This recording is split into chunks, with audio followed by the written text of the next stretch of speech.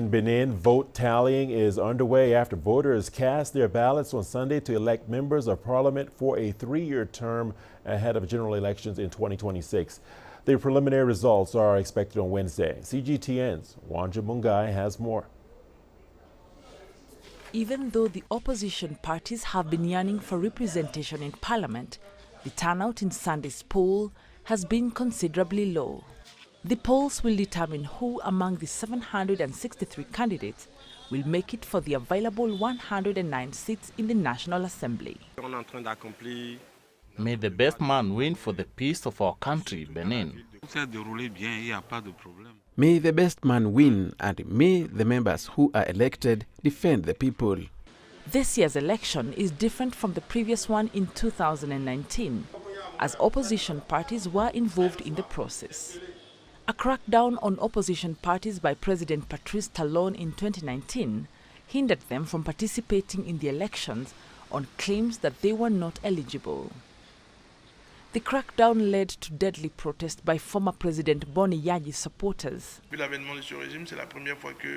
This is the first time I have voted since 2016. Naturally, for me and for all Democrats, it is a moment of joy. We want to make a massive entry into the next National Assembly, but we hope that the opposition can make a remarkable entry into Parliament. As you know, democracy in our country is under attack. It is urgent to work in order to become again this model that we were in terms of democracy. The absence of the opposition in the previous elections is one of the reasons why some of our activists and fellow citizens are in exile or in prison. They just wanted to vote.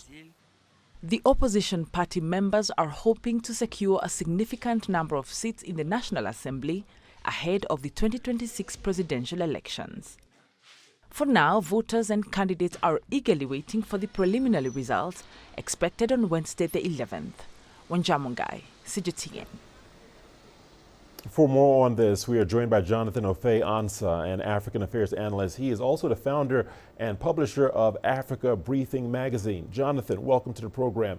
Jonathan, this time around, 7 political parties, including 3 in opposition, participated in Sunday's election. How significant is this? Well, it is very significant because the current president, President Talon, did his best to stifle, opposition in the country.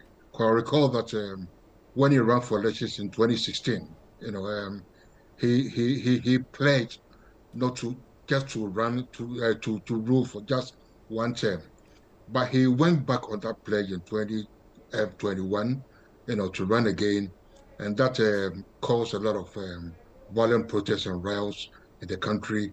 And in fact, until his term, democracy was beginning to be well entrenched in Benin, but he tried to usurp, to adopt some tyrannical, dictatorial tendencies in the country.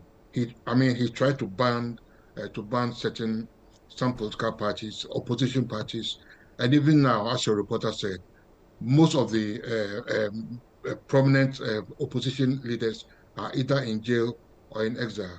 So these elections are rather significant, and hopefully, but even then, let me also reiterate that some of the political parties, especially the Democratic Party that is also contesting this election, had to go to court, right, to be allowed to participate in this legislative election.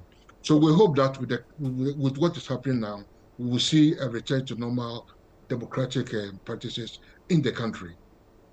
Jonathan, a significant election it is, but we can't overlook the fact that there was a low turnout in the polls. Why do you think this is the case? Well, I think it's considering what's happening since 2016 and 2021. I think there's some sort of voter apathy that has set in. It shows a lack of confidence in the political system in the country. All right, Jonathan, regional security remains a concern in this very election. Is the outcome likely to have an impact on security? Well, we hope the outcome should have an impact. At least we'll have some opposition members within the parliament and maybe they will call for more action, stronger action to be taken against the Al Qaeda and ISIS linked militants who are making incursions in the north of the country. All right, Jonathan Ofe Ansah, let's leave it there for now. Good to get your thoughts. Thank you so much for joining us here on Africa Live.